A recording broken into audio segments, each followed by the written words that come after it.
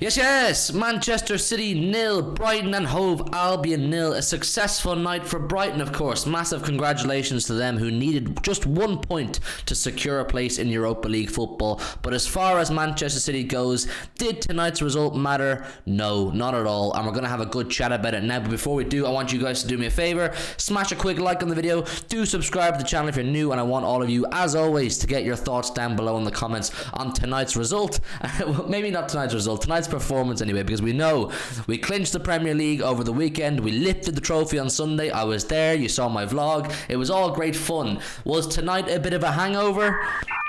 Yeah, I think it's fair to say. I think the players definitely looked a little bit lethargic. They weren't too bothered. They were kind of going through the motions, a bit sloppy at times. I mean, the contrast in what the performance probably would have been if the Premier League still hinged on tonight's result, if that makes sense. If we had to go there and get a result, first of all, the team that would have taken to the pitch, the starting 11, would have been completely different, and I do believe that the overall performance would have been so different. But I think the players are allowed. They're allowed to go to Brighton when you're the champions and there's 2 games to go and not play ace, to not be mega, to not be sick, to not be, banging in the goals and absolutely smashing a really good team in Brighton, because what a weekend they just had, man. If you think about it, they did go out Sunday night. They probably still celebrated Monday, and then yesterday was probably the only day they turned their attention and focus to Brighton's game. So the preparations weren't there, and I think that's perfectly normal after the season that has they've had up to now. I know there's still more to do, but the season they've had up to now, they have to be allowed to celebrate winning their 3rd Premier League in a row. A number of players didn't even travel down to Brighton today. Jack Grealish, Akanji, Ruben Diaz, amongst a couple of others. So it's quite clear that Pep and the players, I don't think they were really motivated for tonight. I mean, on the grand scheme of things, we still could have won that game. Don't get me wrong. We had chances. Erling Haaland could have had at least a hat-trick, I think it's fair to say. I know he had one ruled out, and I want to tell you what I think about that. I think it should have been a goal. It really should have been a goal, that header that Haaland scored, because it's Colwill, isn't it, the defender in question. He pulls Haaland's shirt first, and then Haaland pulls his back. So they're both in it. There's 2 of them in it, pulling each other's shirts. Haaland outstrengths him and scores a goal. It should have been a goal. For me, it's a perfectly good goal.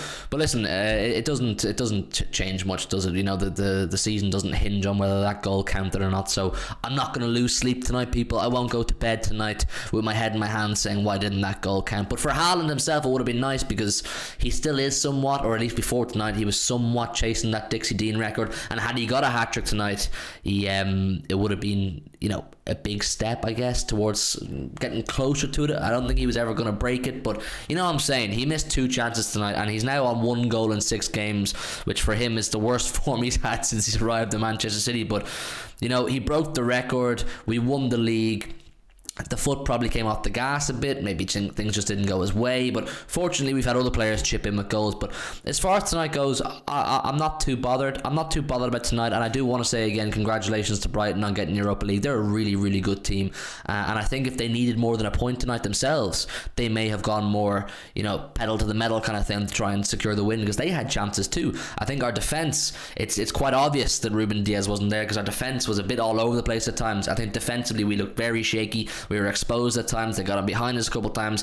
That's a combination of them being a really good team and our defence having no Ake, Akanji, Diaz, Stones not playing his usual role. And the big problem to come out of tonight is John Stones, and the fact that he went down and went off with an injury. We don't know the extent of the injury. We don't know how long he's going to be out for. We're going to have to wait for all the scans and assessments before we get any results or any time frame on how long he's going to be out for. Fingers crossed he's only out for 5-6 days or a week or something. I'm not too arsed even if he misses the Brentford game this weekend.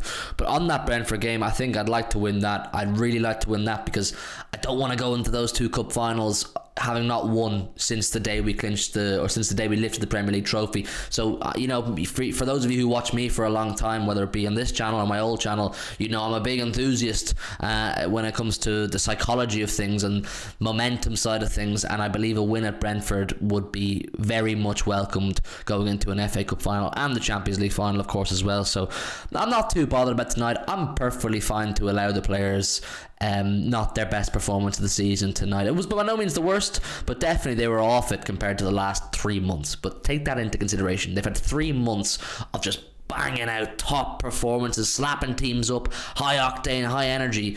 To winning your trophy, tonight's game did not matter, and I think everybody is comforted in that knowledge too. So listen, happy days. I mean, there's no other injuries. Stones, I don't think it's too serious.